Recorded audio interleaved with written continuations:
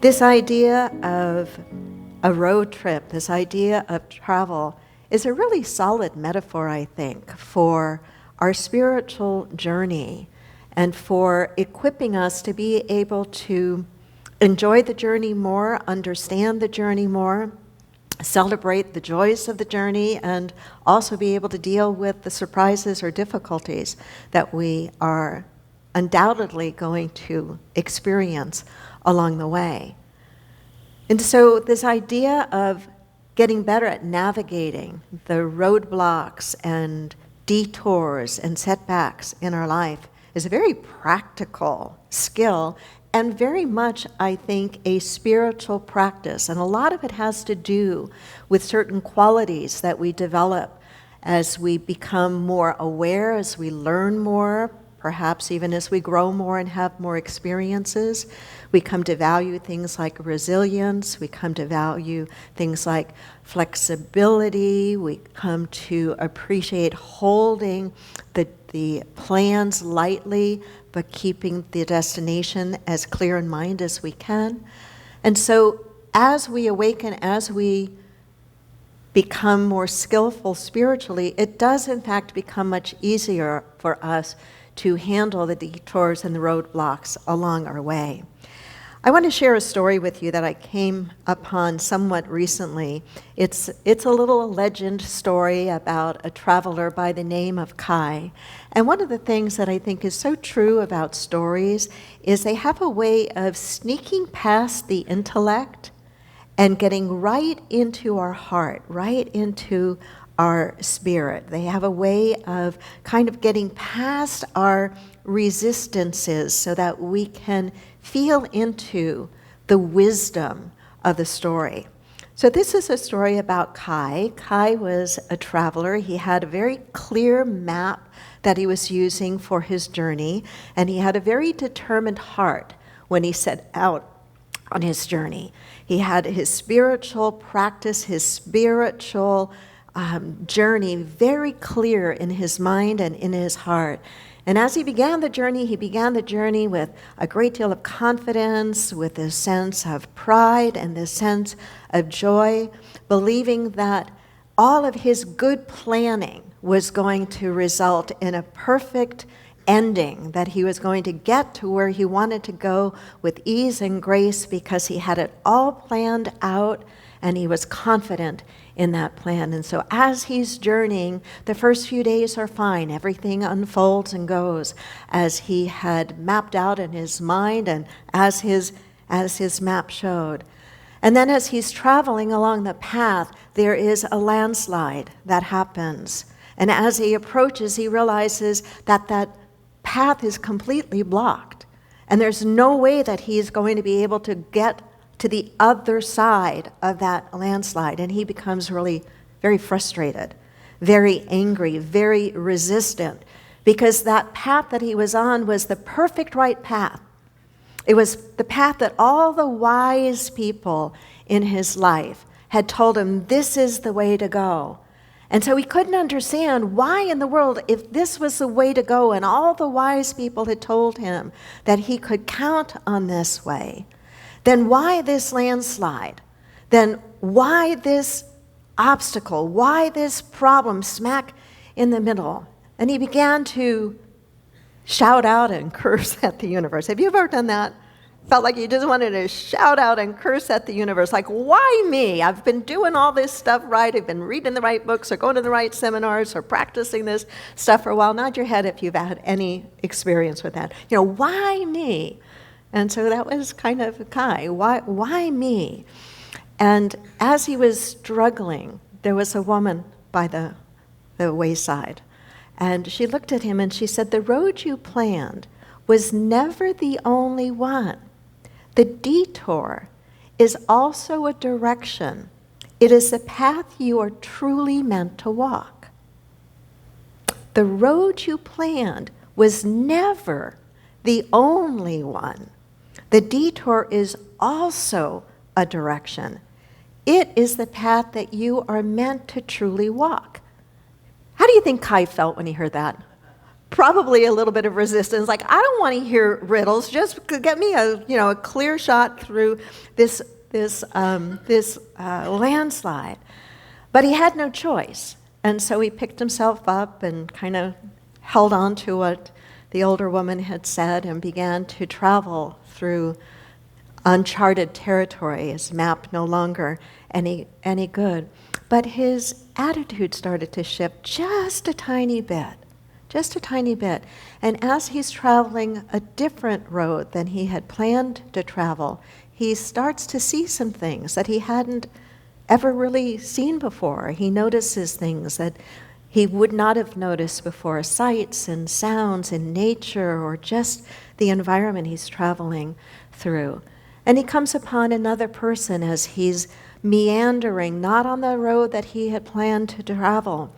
And the person hands him a carving on wood, a little piece of carving that the person had made, and hands it to Kai and says, this may be of help to you.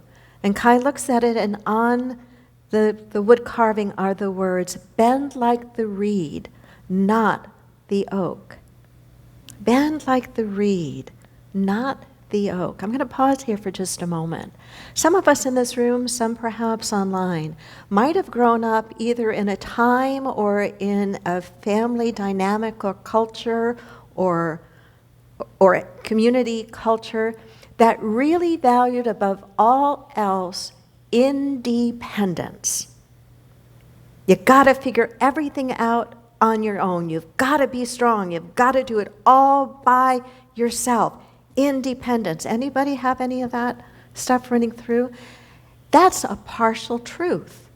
There's a lot we can do on our own, but there's so much more we can do together when we recognize the value, the wisdom of interdependence, when we recognize the value of flexibility, of not always being like the oak, of knowing when we need to be more like the reed, when we need to be more flexible, more resilient. And so Kai took this little piece of wood with this saying, bend like the reed, not like the oak, with him as he continued. And he continued to shift and change. Where once he tended to move by force, now he moved with greater awareness and greater attention. Where he used to rush, always wanting to get from point A to point B as fast as he could, with as much of a straight line as possible, he began to change his pace a little bit, to pause a bit more. Where once he had demanded black and white answers for everything, that everything had to fit into a nice little box and be just really easy and clear and understandable, he now could deal with greater ambiguity. He now could, instead of always seeking for an answer, he knew the value of a good question, and he could ask, what is this moment? What is this moment asking of me?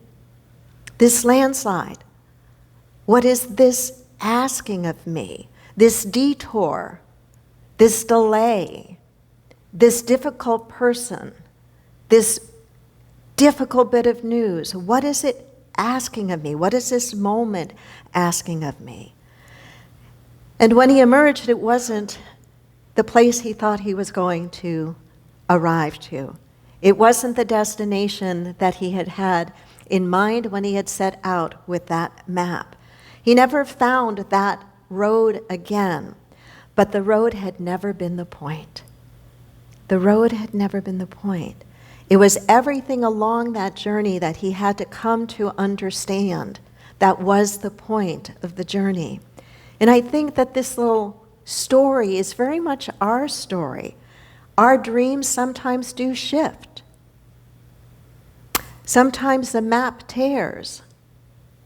Sometimes the path crumbles. Sometimes the way we thought it was going to be is not the way it's going to be. Nod your head if you've had that, right?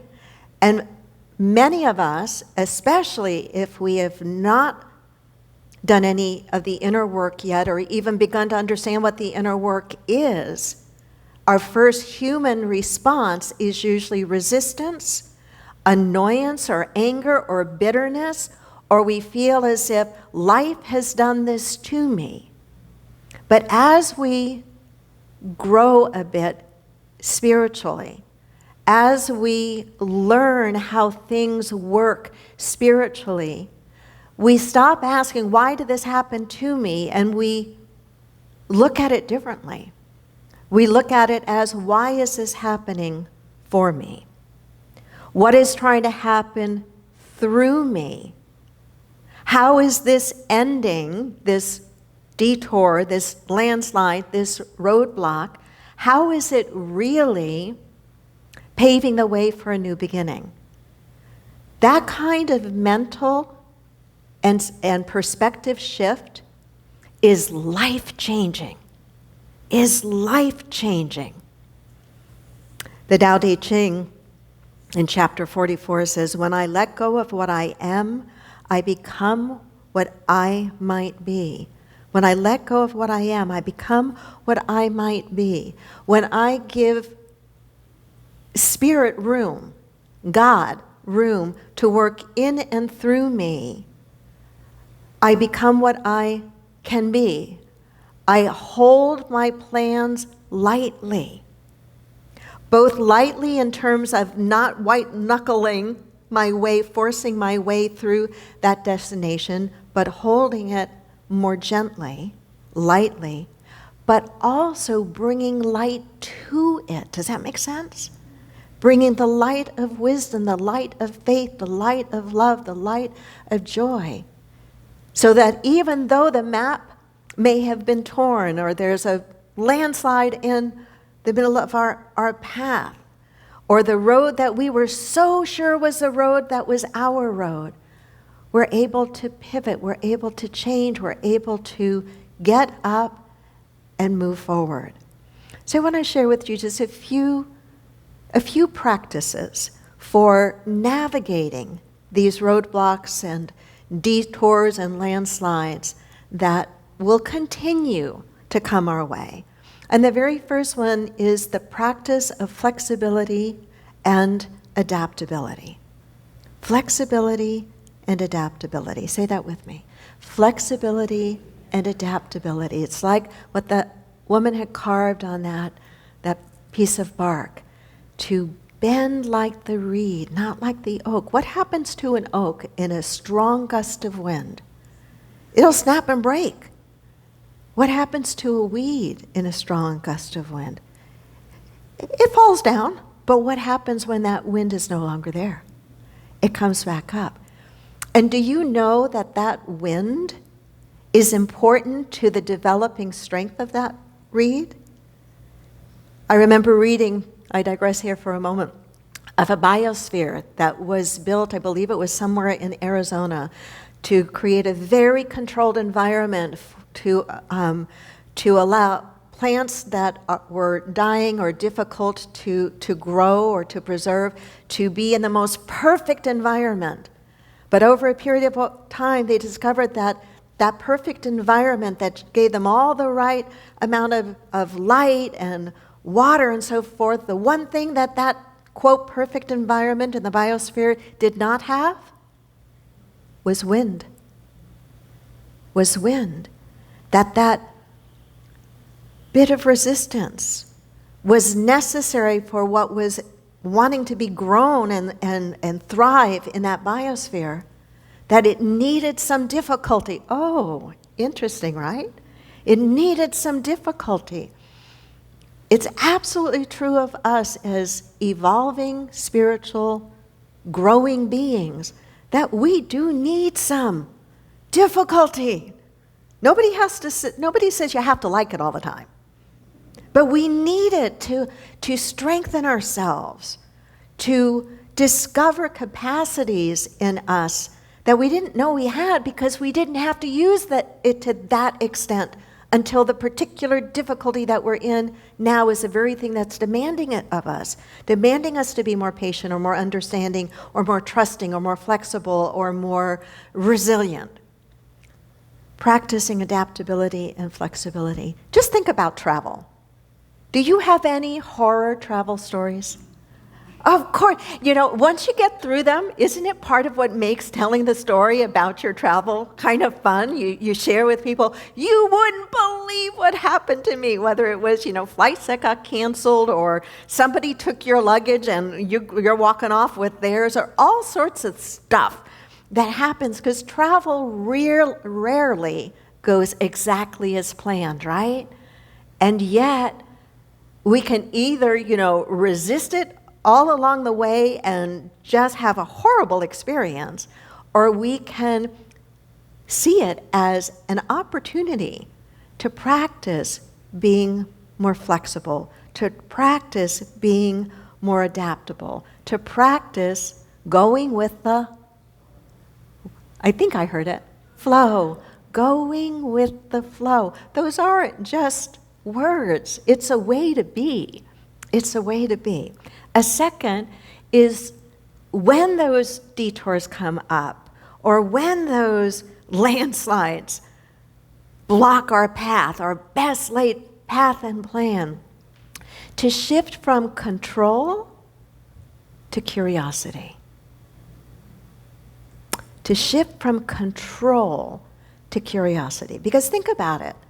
Isn't it at least partly true that our frustration and resistance when there's a detour or a roadblock that lands in our way, isn't part of the reason we're frustrated is because we don't have the control that we thought we had prior to that thing happening, right? So when you notice control being an issue for you, when you notice, wow, what's just happened in my life, I'm not able to control it. It's important to, first of all, always remind yourself that you may not be able to control it out here. There's a lot we cannot control out here, but we can always control what? Everything in here. How we frame it, what we tell ourselves about it, how we're going to respond. And one of the things that can help us do that maybe a little more quickly or easily to flip to that place is to move to curiosity. To move to curiosity. Instead of asking, why did this happen, or I don't like this, or how do I change this, instead to ask, what can this teach me? What can this grow in me? What can this deepen in me? I really believe that when you're going through a tough time, it's valuable to demand of that tough experience that you are going to eke out of it every single bit of learning and good that you possibly can. Because if you're in a tough place, you can clap to that. Go for it. Say, all right, God, all right, universe, I'm here. I don't like it. I don't necessarily understand why this happened, but by golly, I'm going to do everything I can to pull out every bit of good in it and in me as I possibly can.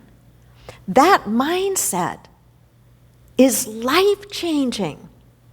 And it's not that common. Have you noticed it? Maybe in a place like this. But generally speaking, it's not that common. So it's shifting from why me, curiosity says, now what? Not now what, like, you don't ever want to tempt the infinite universe with a statement like, well, what else could possibly go wrong? Because you want to know what? That infinite universe is going to show you what else could possibly go wrong. So you don't ask a question like that with that attitude. You ask the kind of what now question from a place of childlike curiosity, from a place of really wanting to discover and grow. You get the difference between the two? I'm sure you do. It's about staying open. It's about staying open when we move from control to, okay, let me be curious here. Let me be curious here. A third is to look at the wilderness experience or this detour experience as sacred space. As sacred space. In the line in that song, every ending has a new beginning, there's one important part of that is it's incomplete. Every ending has a new beginning, but there's often a middle time where the ending has happened and the new beginning is not clear to you. Does that make sense? And that place can be a really hard place for most people to be unless they have some awareness that that in-between place, the ending maybe of one aspect of your life or one part of your dream to what wants to come forward to the new, that in-between place, that wilderness place, is a sacred place.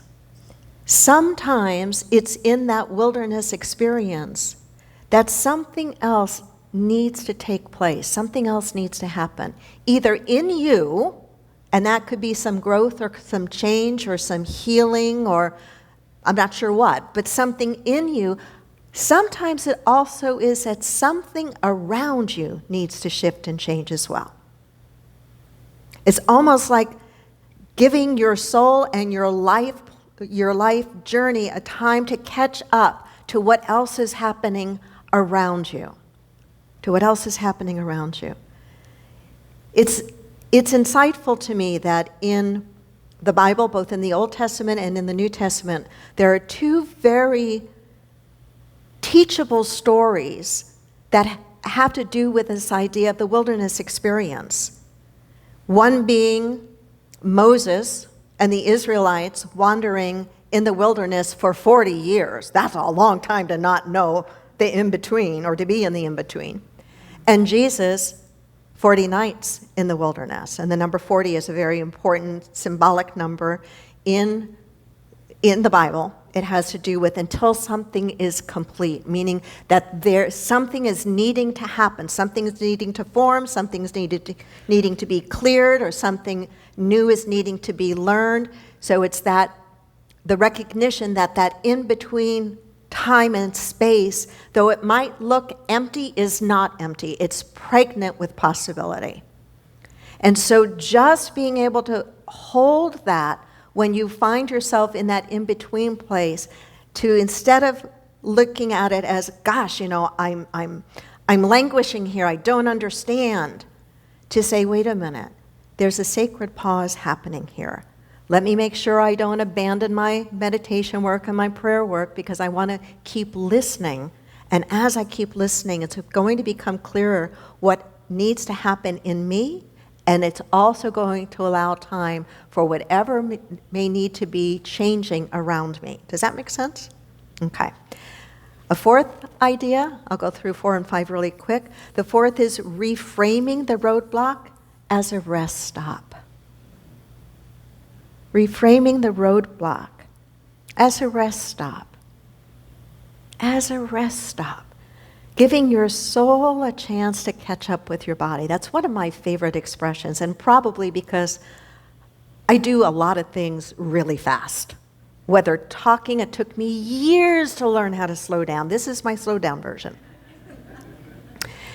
I've been listening to some Bob Proctor seminars, and man, I could say what he's saying in half the time. Not any criticism of, he was a fabulous teacher and helped a lot of people with the power of consciousness and the power of the mind. But I'm one of those people that does a lot of things fast, and there are times I'm really glad that that's true of me, and there are many times that I go, wait a minute, I don't want to rush through every single day or every single experience. Let me give myself a chance for my soul to catch up with my body, to reframe. If there's a roadblock that you're experiencing right now, rather than resisting it, reframe it. Is it perhaps God, Spirit, the universe, giving you permission to just go, I'm going to catch my breath. I'm going to catch my breath. If you believe, as I do, that we live in a benevolent universe, that there is one presence and one power in the universe, God the good, omnipotent, everywhere, equally present, if you believe that, then it's okay to pause. It's okay to rest. And have you noticed that you tend to make better decisions, especially life decisions, if you're rested than if you're not? Right? And the last is simply to keep on practicing patience. Patience with yourself, patience with circumstances, patience with the people in your life. Patience. Patience. Namaste.